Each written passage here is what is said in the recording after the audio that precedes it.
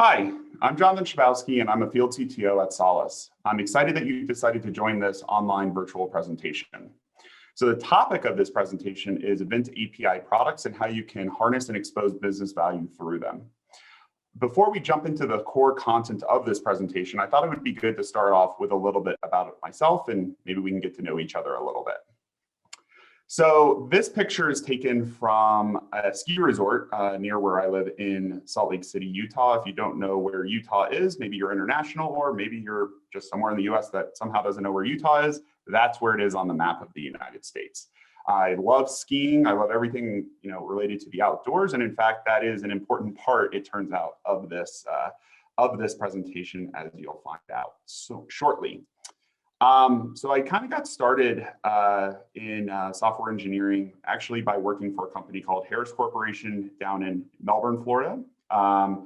And so really the first big project I worked on was for the Federal Aviation Administration, which is actually also a speaker here at EDA Summit, on the System-Wide Information Management, or the SWIM project. So it's actually the digital data sharing backbone of NextGen. It uses a lot of publish and subscribe event-driven architecture in order to really, send events all throughout the continental United States around, aircraft positions, their landing, the scheduling of them, in order to really make the national airspace system efficient. So from there, I worked on another government project called the NOAA-NASA GOES-R project. So that's the Geostationary Operational Environmental Satellite R series. So R series is really just the latest, greatest satellite constellation and ground system that NOAA and NASA have invested in. The idea of that is it's taking pictures from thousands and thousands of feet of altitude above the Earth for primarily weather reasons. So visible and infrared imagery that probably news stations and weather forecasters use in order to hopefully forecast a nice bluebird skiing day like we can see here in this picture. And the last big project I worked on before coming to Solace was actually a Department of Veteran Affairs project called EMI, Enterprise Messaging Infrastructure. And so really the idea there was, across the United States, veterans get care in a variety of different VA hospitals. And these VA hospitals need to be able to communicate with each other, because it turns out veterans move around, and they needed to be able to communicate with the Department of Defense, since the only way that you really get veterans is actually because they were members of the defense forces here in the US. And so that was another publish and subscribe messaging infrastructure project. And really a lot of these projects help formulate some of the ideas that I've taken here and worked on at Solace around sort of managing and exposing these events so that others can use them, which is a big part of this conference presentation. Enough about me. Let's, I guess, move actually into the core of this discussion. Oops. So what we're going to chronicle through this is how event API products actually relate to mining copper or silver or gold in Utah. So this is a picture actually taken from my back deck. And what I've tried to show here is that's the Ochre Mountain Range, which is on the west side of the Salt Lake Valley. And it turns out one of the world's largest open pit mines happens to be right there, as I pointed to. And so really that became an idea. I was actually having lunch a week or two ago and went, okay, what are they really doing over there? Of course, they're mining something. You don't mine things just for the heck of it, though you might want to tell my 2-year-old, that's not what you do. It's not just for fun. You're trying to provide something of value to others, and obviously mining is a form of that. So we'll kind of chronicle the journey of building event API products as it relates to mining. So you might be also sort of going, what the heck is an event API product? Maybe you're also not familiar with what API products are and why do we need them. And so this first section is really going to kind of just level set and orient to what these things really are. And so, as I just kind of alluded to, our goal as humans is to provide something of significant value for others. It kind of doesn't matter what we're doing. Providing value to others is ultimately what we all want to do. And in this case, you can see a picture from the late 1800s of this gentleman has provided a lot of value in silver, it turns out, by mining in Little Cottonwood Canyon, Utah. Little Cottonwood Canyon, if you're not familiar with Utah, is actually where that first picture, high up in the mountains was taken, and is the current location of the Alta and Snowbird Ski Resort. So if you've ever been skiing there, certainly if you've been there in the summer, you can actually see on the hillside where old mines actually used to be. So to summarize this slide, I think all want to be this guy. We want to be standing next to something that you've worked hard to create that's of value to others. And so API products, I would say, provide that kind of value today.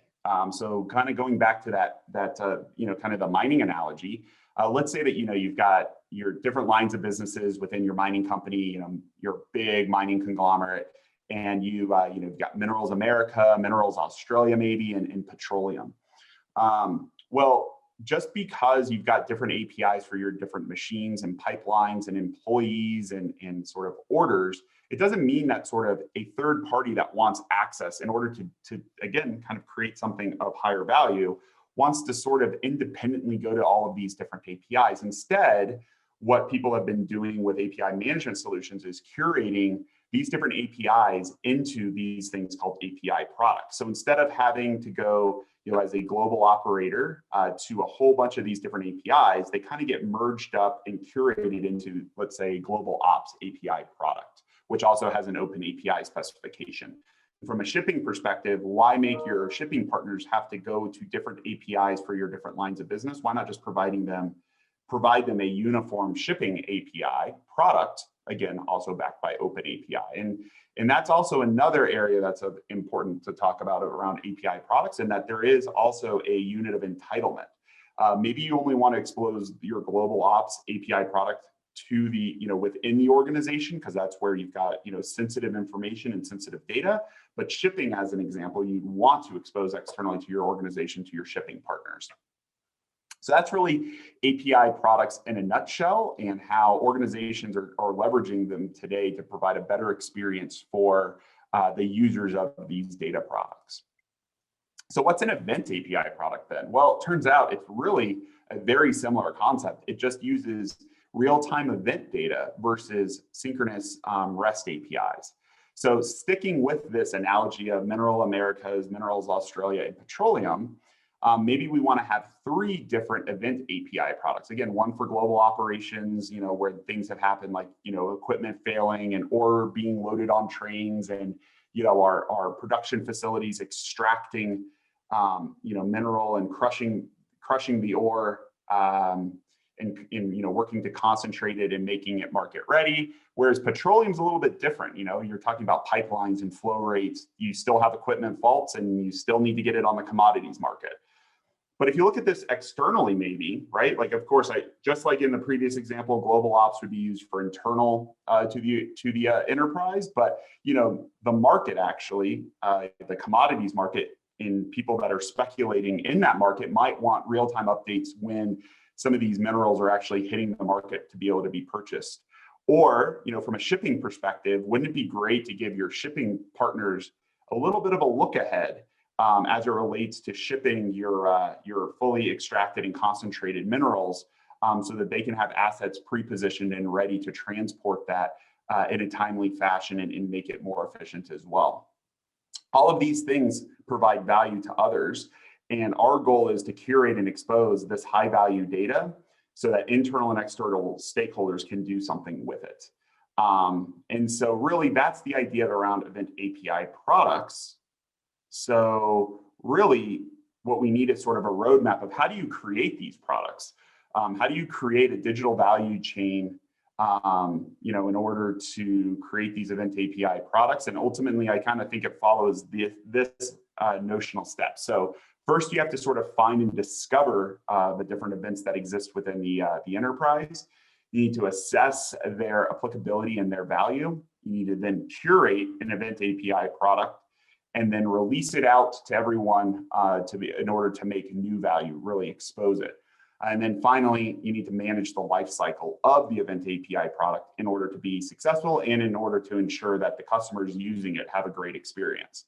And so just like in mining, the ability to go from discovering these precious minerals in order to releasing it for others and being able to expose it for value, the speed here and efficiency is key. So that's something to keep in mind as well, is that the ability to go from the discovery to other people using it in the shortest amount of time is really critical for a variety of reasons, as we'll talk about.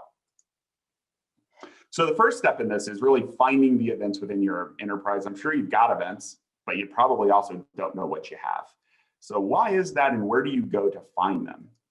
In other words, almost where do you go to prospect them? So in this picture, going back to our mining analogy from the late 1800s, these are 3 miners in the Ontario mine in Park City, Utah.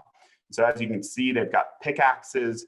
They're working to hammer rods into the wall of the mountain in order to put dynamite in to blow up the mine and get the ore that they think has precious minerals in it out.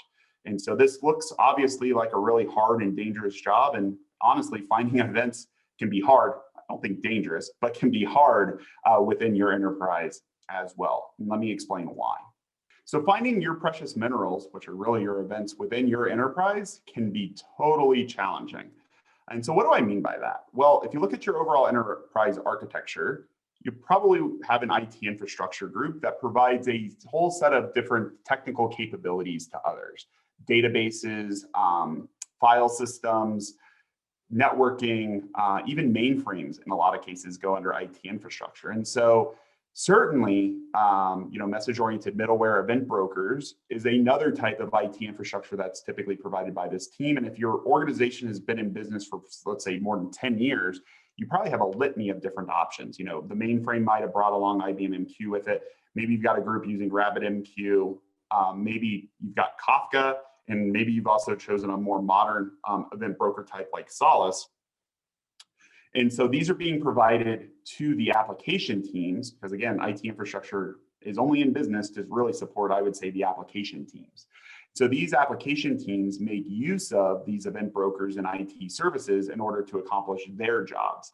But interestingly enough, some of these applications also contain event brokers embedded within them. So as an example, maybe this smart mining equipment contains a Mosquito MQTT broker, as an example, that it might have some precious minerals or events within it, and maybe this application that's really just using data stores from an IT infrastructure came also sort of with an embedded Solace event broker, and so that could be another opportunity to search out these event assets. And so then, again, applications really exist just so that business processes can function, whether they're automated business processes or they're actually people doing their work using these applications.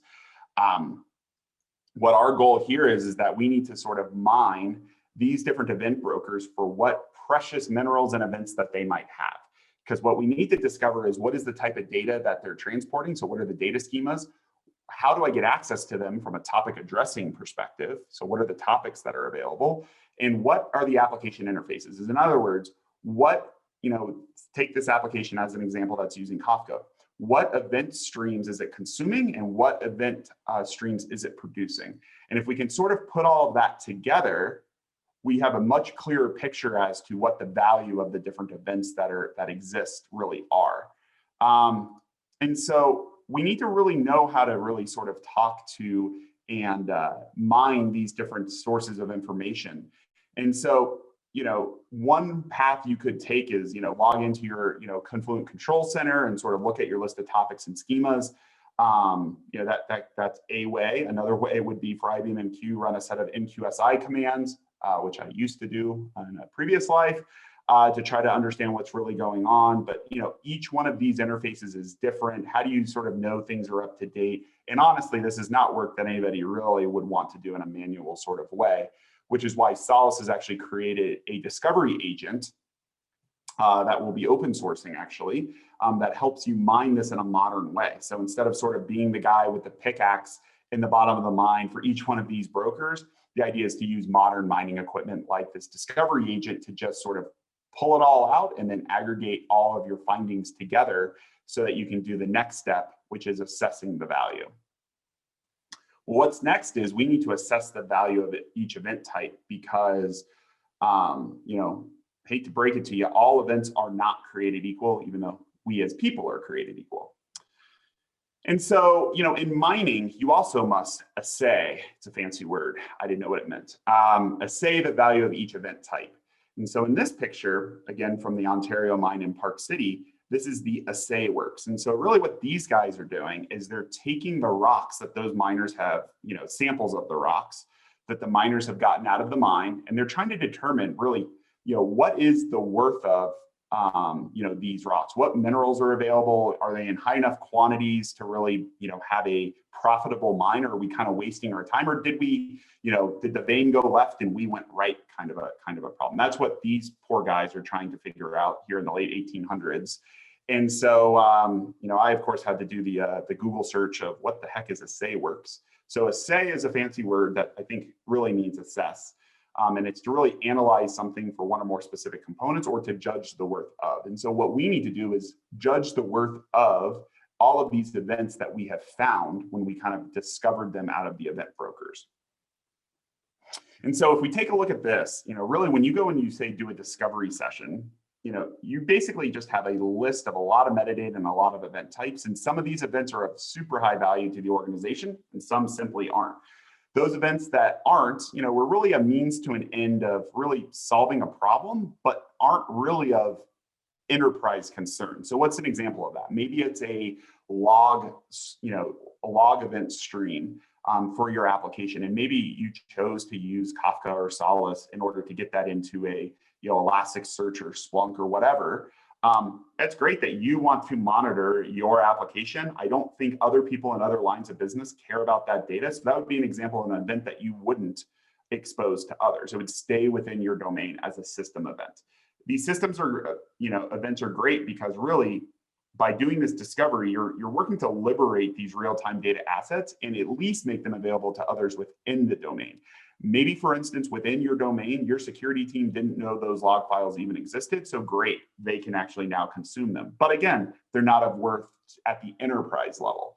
So as we assay or assess these different event types, our goal is to decide which ones have value across lines of business for the entire enterprise. And really, by doing that, you democratize your event streams for use. You make them more ubiquitously available for the enterprise user. And in fact, some of these enterprise events can then be elevated up and curated into event API products. So really that allows you to group these different events together based off of how you think your users are going to actually use these event API products.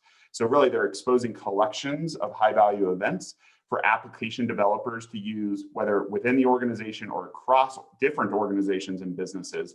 And obviously the value of these event types continues to go up as you move up the value chain. So then the next step is, now you understand sort of how to assess your events, is how do you design these event API products for use and make the consumption of them easy? So going back to this picture, where we wanted to be this guy with a pretty rockin' beard. I wish he'd smile, but I guess that wasn't what was in vogue in the late 1800s. We need to design something of value to others. And of course, he found value for others, all right. And so really an event API product is a highly refined form of digital value. You really think about the fact that these events are providing state changes to users in real time. Real-time data is the most valuable data. So that's why I'm saying it's a highly refined form of digital value. And so really, in order to make event API products, you need to make them valuable. And at the heart of making something valuable is, of course, making it useful for your users, making them want it, so making it desirable, making it accessible so they can actually use it, deciding whether, are you really a credible source for this kind of data? Making it findable, because if you can't find something, it's of no value. And of course, making it usable. And so couple of tips here would be, focusing on what you think your end users and customers are going to be doing with the data will help you know how to group your events together to provide the highest value of an event product API possible. Really think about and talk to them about what problems are they trying to solve or could solve with real-time events. Documenting them, I come from a development background. I hate documenting things as much as the next guy. But if you don't document it, you can't understand it, which then means it's not also findable and it's not usable. And certainly get early and often feedback as you're making these event API products. Because ultimately, if you make these event API products available and you release them out into your business ecosystem, you're really enabling your business or others to innovate. So here's a jewelry store from the late 1800s at the same time that you're standing proudly next to your silver bars. That jewelry that the jeweler has made is of higher value than those silver bars. He's taken it, he's processed it, he's refined it, he's added value, and he's selling it now to other people at even a higher value. And I think that's, again, what we're trying to do with event API products. But you know what? Evolution is inevitable, and you've got to be able to lifecycle manage these things. Things change, and you don't want to surprise your users. So going back to our mining analogy again, changes to your business and optimizations, they all happen, and how you sort of manage them is key. So take George Hurst here. He goes on actually to be a US Senator, but he was the owner of the Ontario mine in Park City, and his mine in Park City really helped to innovate two significant processes, the Russell process and the cyanide process. Cyanide process sounds a little bit dangerous and probably not super environmentally sensitive, but it fundamentally did change the mining business at that time. The mine had to change. The equipment that they used within the processing of the ore had to change significantly. And businesses are undergoing these kinds of transformations all the time. And so as new events are coming online, events are being deprecated, how you manage all of this for your end users becomes absolutely key, because if you basically pull the rug out from under a user, they're going to stop using your product, and that's the same for an event API product as well. And so what the key is, and the hard part of this, is managing these interdependent life cycles. So think about the ripple effect that can happen if you change an underlying data format and data schema. Well, that schema is being transported by an event. That event is being produced or consumed by some applications. And of course, some of these events might actually show up in your event API products. And what I'm showing here is that all of these different four elements all have their own independent life cycle, but there is an interdependent life cycle that exists as well. So if that schema format changes, maybe the event, topic address or headers or whatever needs to change. And if a schema changes, a downstream application needs to be updated in order to possibly consume and process that data.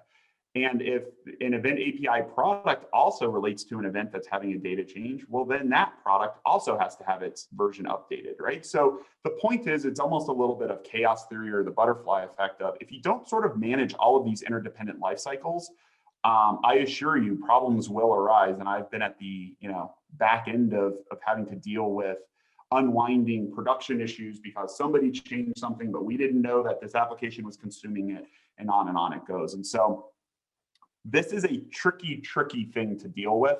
But luckily, again, there's tooling now in the market, specifically the Solace Event Portal, that helps you manage these interdependent life cycles so that you don't really have to.